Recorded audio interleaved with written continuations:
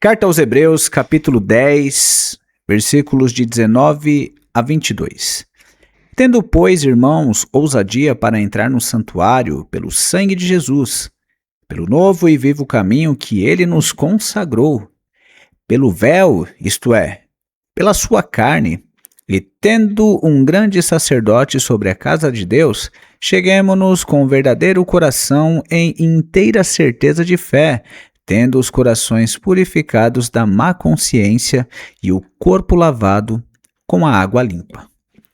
Esta é a terceira aula acerca do tabernáculo. Estamos extraindo lições com os utensílios do tabernáculo e eu queria inclusive voltar um pouquinho para você lembrar as coisas que nós tratamos nessas últimas semanas. Para isso, eu queria até que você pensasse um pouco. Imagine se você atravessando o deserto, diante de você, no meio de uma paisagem árida, aparentemente interminável, lá no meio do nada, tem ali uma estrutura montada. Ao redor, milhares de pessoas, várias cabanas, no centro dessa colocação de cabanas, o tabernáculo. Durante o dia, a presença de Deus marcava o acampamento. Durante a noite, o cenário mudava. Uma coisa era permanente de tudo aquilo que mudava. Aquele lugar, o tabernáculo, era o centro da vida espiritual do povo de Israel. A jornada até ali, ela não acontecia de qualquer maneira. O tabernáculo, ele traz muitas lições para nós. E por que eu estou fazendo esse pequeno roteiro aqui? Para nós aprendermos que as aulas que nós já tratamos são muito importantes. Primeiro vinha o altar de holocausto. Ali estava o sangue, ali estava o sacrifício, ali estava a lembrança de que o pecado havia criado uma separação entre o homem e Deus. Depois vinha a pia de bronze. Ali o sacerdote encontrava água, era purificado antes de continuar a sua missão. Um pouco mais adiante, havia o santo lugar, que foi o que tratamos na semana passada. Ali a mesa dos pães da presença e o candelabro de ouro são os objetos de destaque. O sacerdote havia deixado para trás o ambiente externo dos sacrifícios, da purificação da pia, e agora entra em um espaço de comunhão, alimento e luz. Se você percebeu, as aulas anteriores nós tratamos. Cada coisa que foi tratada, nós conseguimos abordar coisas para os nossos dias. Então, agora nós vamos avançar dentro do santo lugar e vamos tratar primeiramente o altar de incenso. Lá no interior do tabernáculo, lá no fundo, havia um pequeno altar, um altar cuja sua função era extraordinária. O altar de incenso era um local onde não haveria animais sacrificados, não haveria sangue derramado.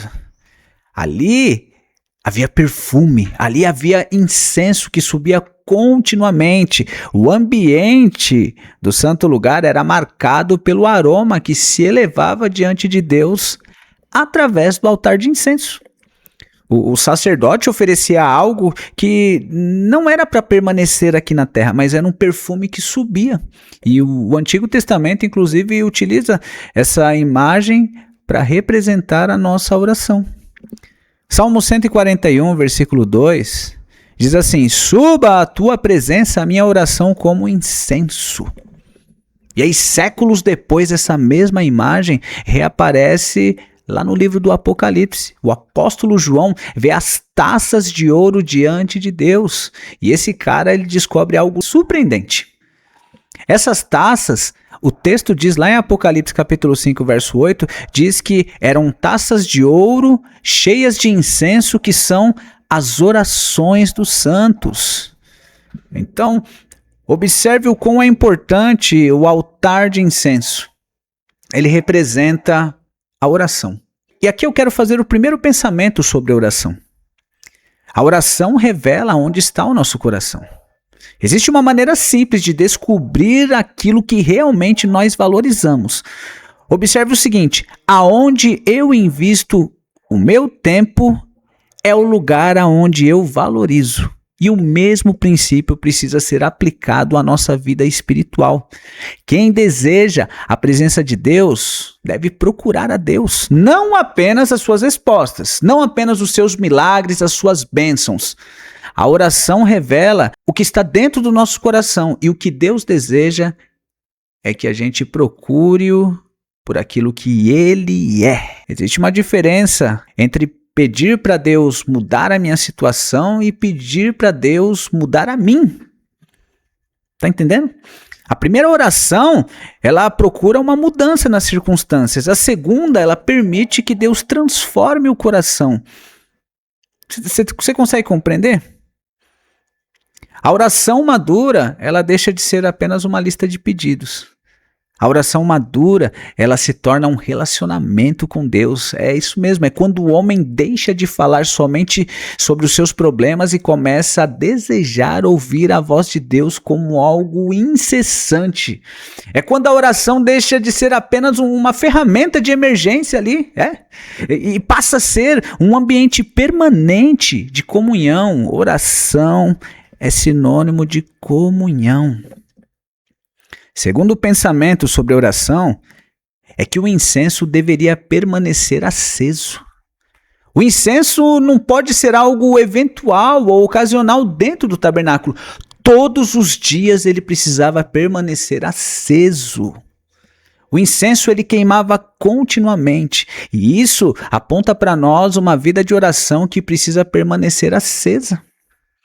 Eu acho que isso traz até uma ideia diferente para a gente compreender a oração. A oração ela não deveria começar somente quando a crise aparece.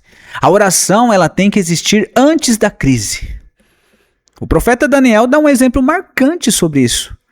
Quando a lei lá do lugar onde ele estava, meu Deus, na Babilônia, quase que eu esqueço, lá na Babilônia, foi proibida a oração.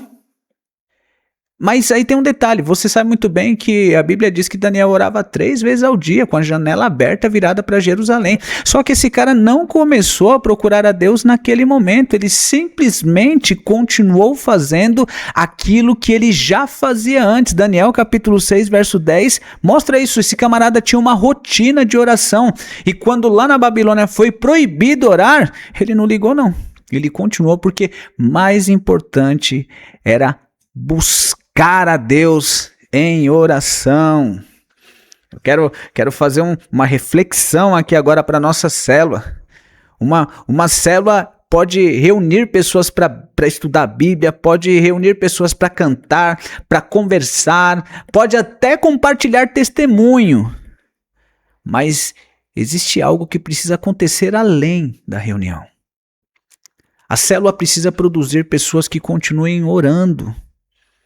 A oração, ela tem que ser algo que acontece antes da reunião, durante a reunião, depois que a reunião termina. O verdadeiro resultado da célula não é simplesmente alguém sair emocionado. E eu preciso que o nosso pessoal entenda isso. Sabe qual é o projeto dessa aula, dessa ministração? A sua missão, líder, é fazer com que os membros da tua célula saiam dessa ministração colocando na cabeça o seguinte: durante essa semana eu vou continuar diante de Deus. Durante essa semana eu vou continuar buscando a Deus. A reunião pode terminar, a oração não termina. O tempo de estudo termina, mas a comunhão não termina. O tempo de busca coletiva termina, mas a busca individual não termina. A oração é o caminho que me faz acessar a Deus.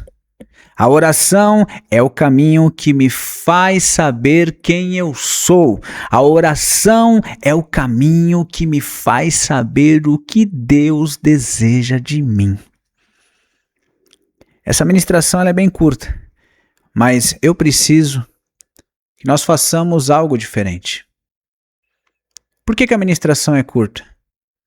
Para que você pudesse separar 20 minutos de oração.